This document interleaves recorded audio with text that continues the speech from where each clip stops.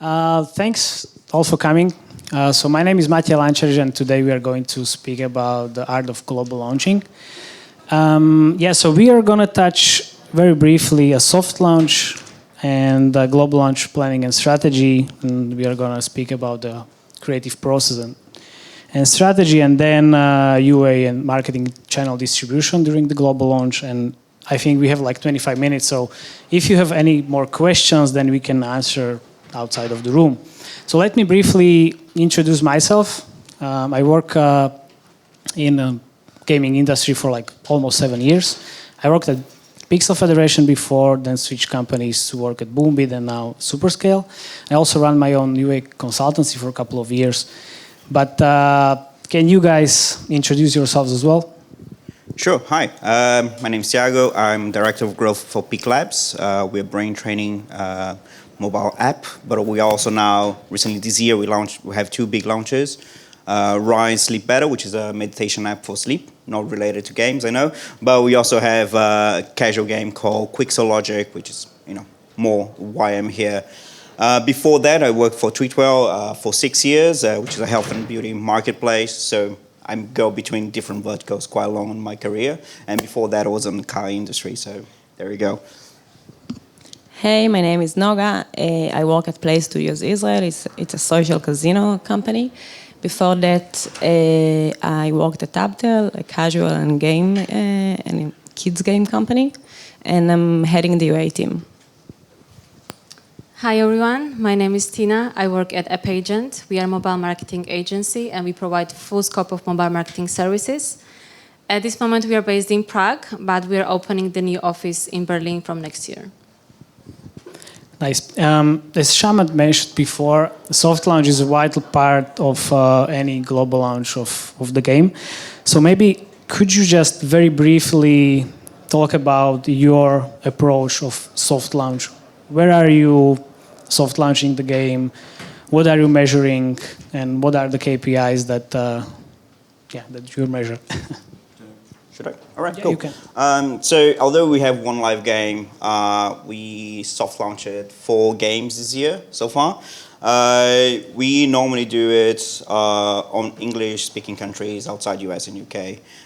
Canada, Australia, very expensive places, so we might have to change that, to be fair. What we're measuring what's the engagement rate on our ads, CPI, click-through rates, etc. What's the retention rate on the apps? Do we fall into the acceptable retention curve? Also the monetization part. We are trying to monetize these games via ads only, not alone in app purchase. So can we actually make a buck out of this? And if the game doesn't fall into these metrics and between a delta that we know we can affect, then it's kill. If the game is somewhere good there, then we launch it and we go live on the rest of the world, basically. From where I'm coming, there is like a three-phase or 3-pillar approach when you're soft launching or when you're launching a game. The first phase is the technical validation. You're launching on cheap markets, I would say. You're measuring the product itself, if users are able to log in, if the servers are working, if users are not stuck in any of the screen and they are able to level up. Usually for the UA team, it means getting as many users for the small amount of budget. I would recommend like launching in India, Indonesia, the Philippines, everything that is like pretty cheap.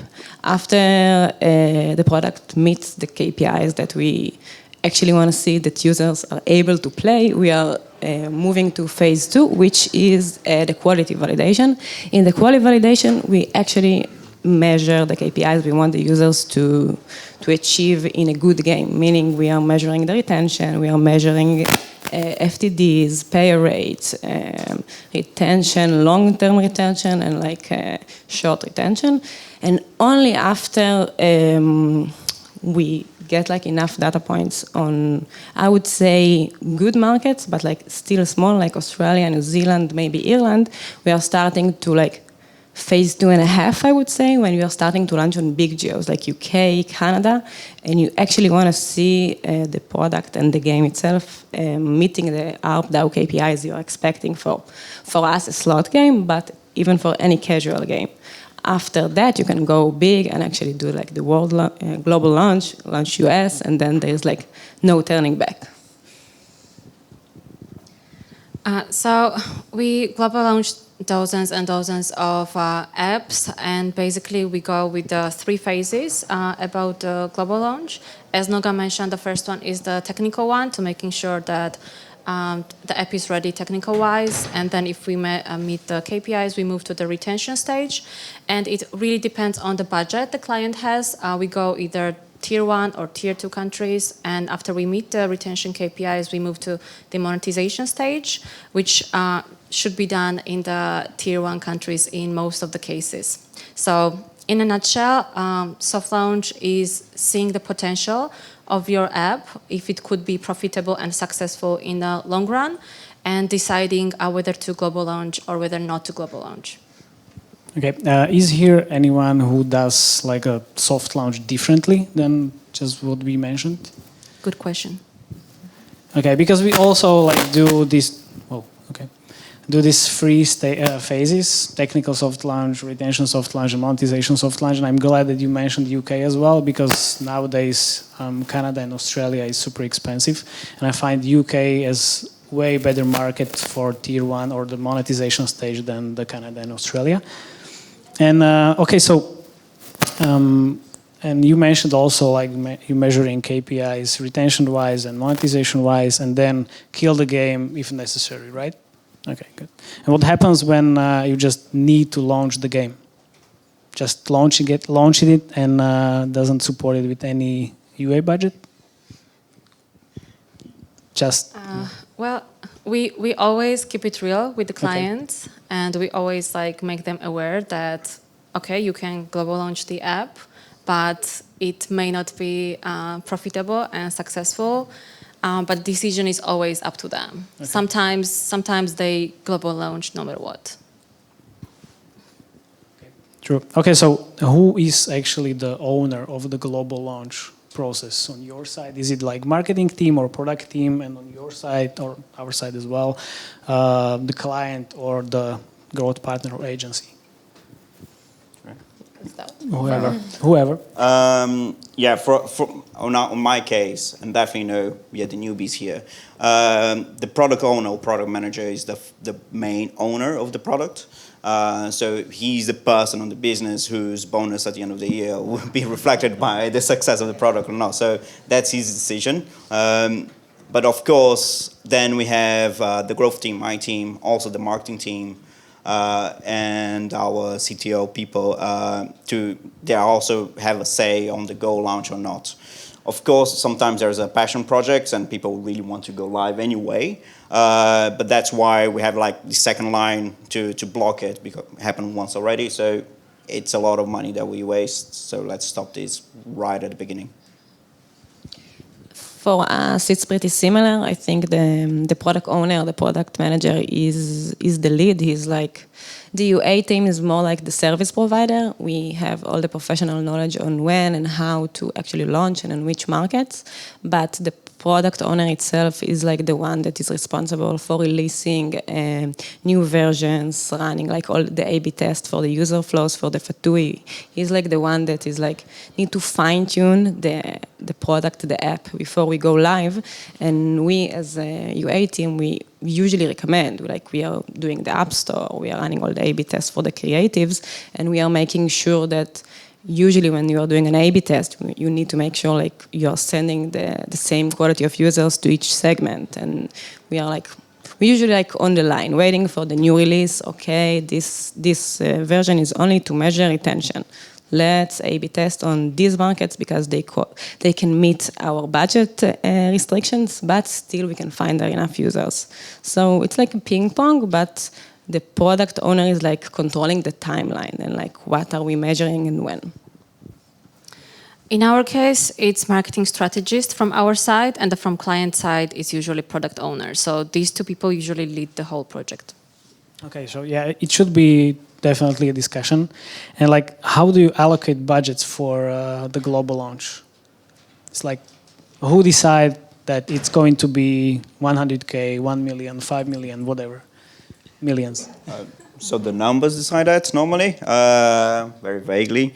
So based on the numbers that we get on the soft launch, we have a restricted budget that's allocated on the soft launch, but for the global launch, then based on those numbers and what we believe it's acceptable, as I mentioned, there's like key metrics that we want to hit, but there is a delta that we accept in variation. So meaning that we believe that we can increase, let's say, retention by 5% or 10% or whatever.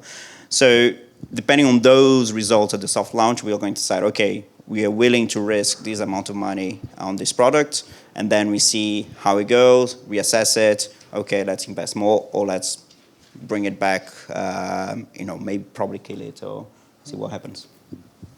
I completely agree with you. I just want to add that at least for us, if you're stuck in the soft launch for a while, like it happened for us, you're actually allocating a budget for each version release because, okay, the last version didn't meet the KPIs. Now they did a few changes. We need to allocate, like, you don't have any, if you want to launch it, you gotta retest it again. And then it's a whole like budget planning for the next version because this one's supposed to improve the retention.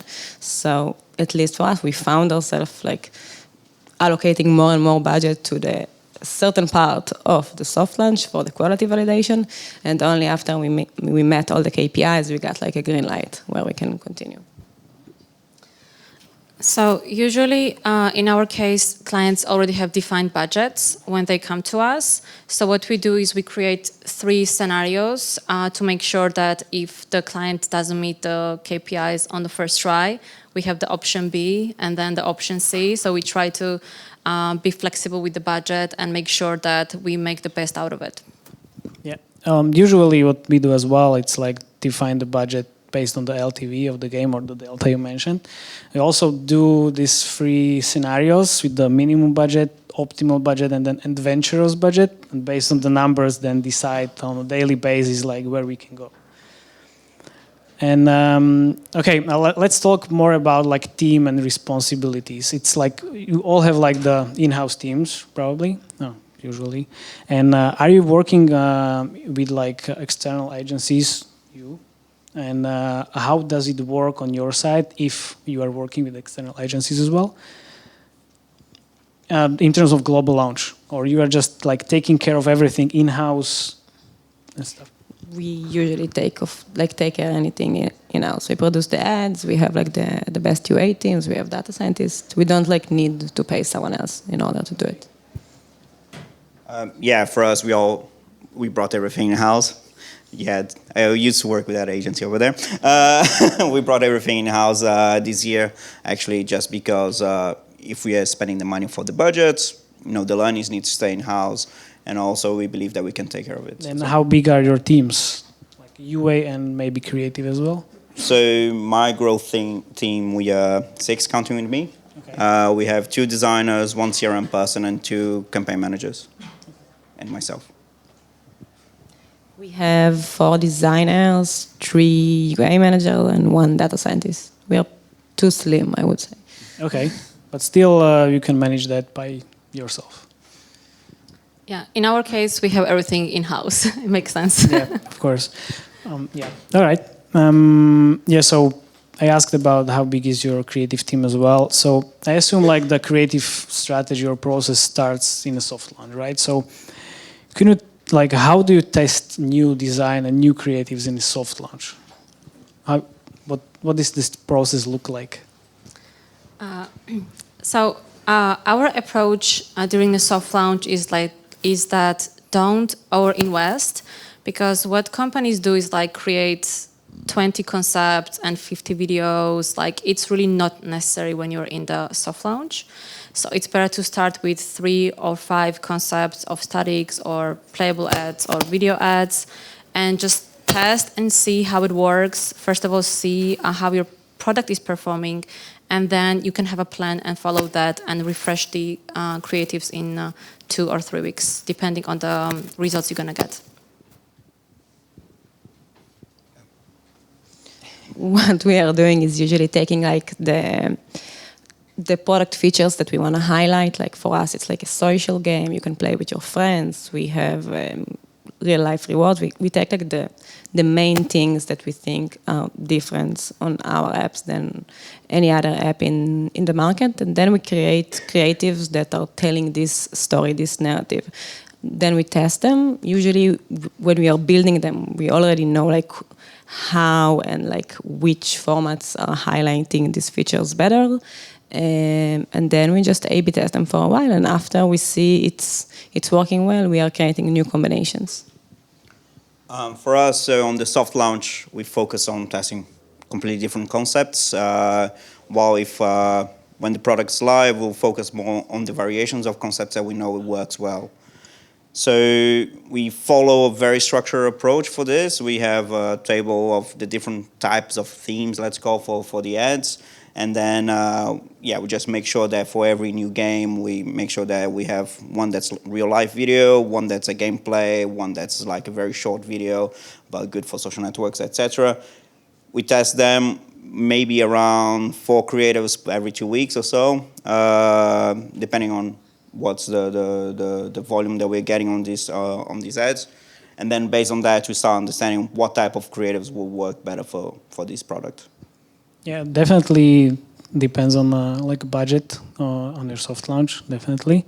And okay, so like with how many creatives would you go to a global launch? Like 5, 10, I don't know, winning creatives from soft launch, basically. What would be your recommendations?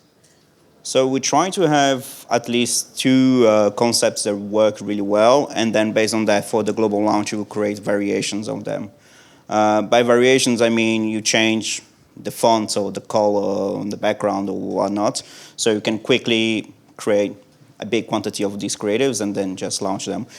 We'll talk about, so for a casual game, we did some tests and we had around 10 variations in total and 2 concepts which work, and that was good, and we try to maintain that live.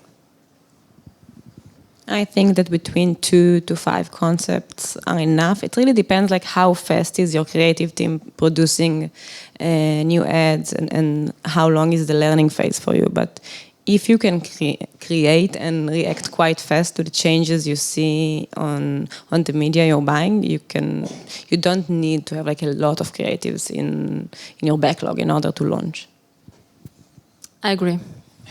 Okay, so regarding the media buying, like how many ad networks works for you in terms of global launch? Are you going just with Facebook and then adding more UA channels, or you have like 5 or 6 already ad networks? So we start with social ad networks like Facebook, Instagram, and then Google UAC, Apple Search Ads, and then it really depends on the budget. In the best case, it's always good to also test out how the influencer marketing works already during the soft launch, especially if you're meeting your retention KPIs, then you can try it out and see the results. And also with the ad network, once again, if your budget allows you to test it out, I would suggest to go for it. And what we usually do is we check also Apps Flyer Index to see that which ad network works in which geo and which industry. And I think it's good to keep in mind and test ad networks accordingly. You will probably hear a lot of "it depends," but still. Yes, I think it depends, but like I think we are a bit more conservative. I would invest my first dollars on Facebook, Google, maybe Apple Search. I'm not sure. It depends on the genre. For us, it's really expensive, and just like feed their algorithm with enough data and let them learn about the users that actually react good for my product. And after a while, I will sure launch like DSPs and other SDK networks and direct deals, but it's more messy and like the attribution is like a bit more complicated and there are more formats of creatives to create. So I would start simple, see how like what is the quality of the users you are gaining from these networks, and only after a while launch like all the other guys.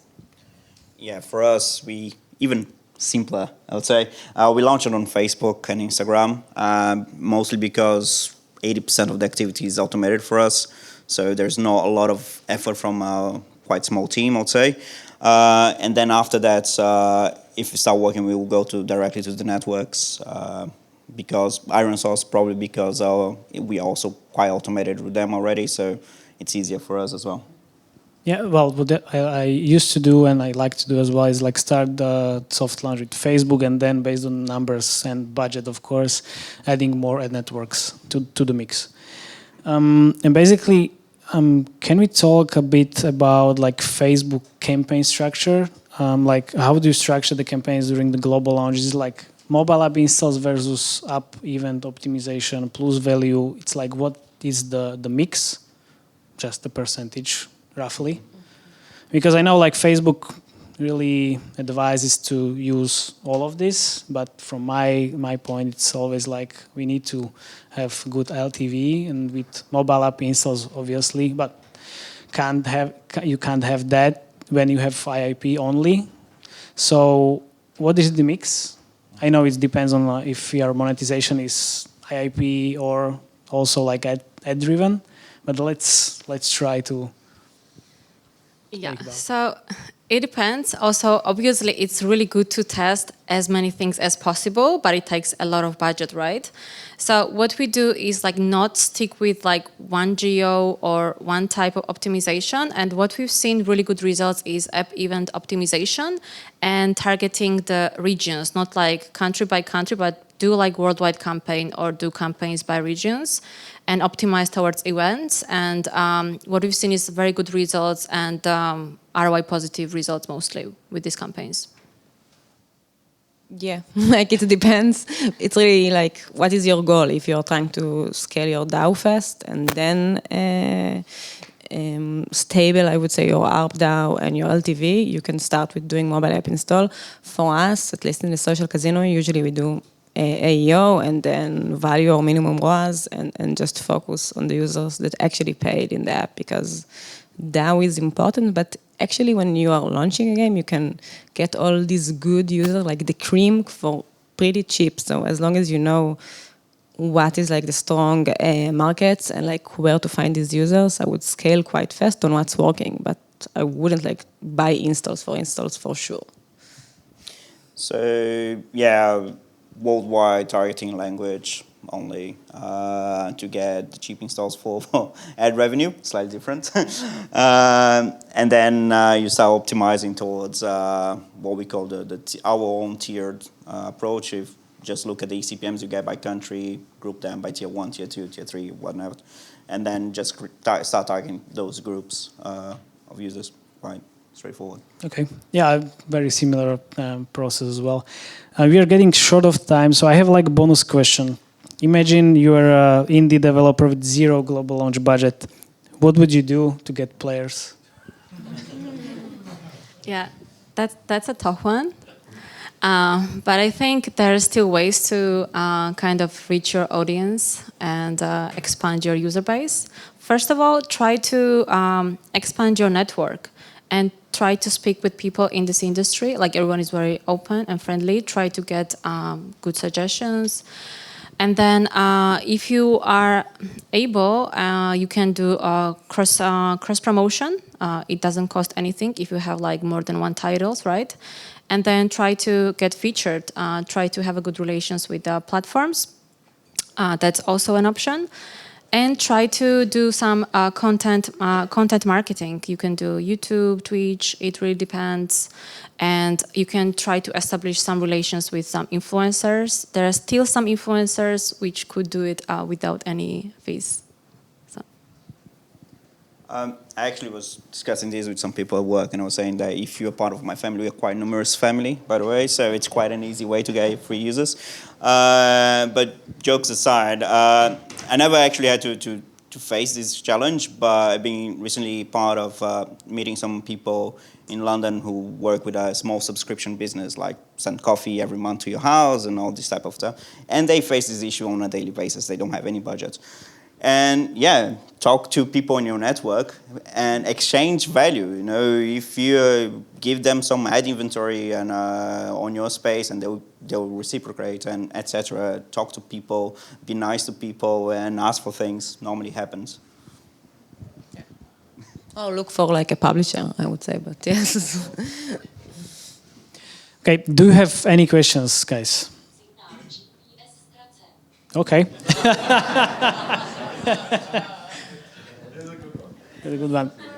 Because, yep. I got one question. Can you elaborate on the KPIs that determine whether you go for the global launch or not? Yeah, I mean, I hate to say this, but it really depends. But yeah, it really depends on if you have an app, if you have a game, and then what kind of game you have. They're like strategy games who don't have necessarily, or hardcore games who don't have necessarily, casual games. Depends if you monetize in-apps or ads. There is like some industry standards, like 50% retention on day 1, 20% day 3, 10% day 30. There's like industry standard, but if you don't meet these retention KPIs, it doesn't necessarily mean that your game is not profitable. So, depends. The short answer would be the CPI is lower than the LTV. If I may, so there is actually a paper, a study from Liftoff. They, by the way, I'm not affiliated with them in any way. I don't even work with them, but they released some interesting studies on the gaming industry about benchmarks for retention rate, which can always help. Okay. We need to take all those questions outside because we are like 5 minutes out of time. So let's talk outside of the room. Thank you very much for coming.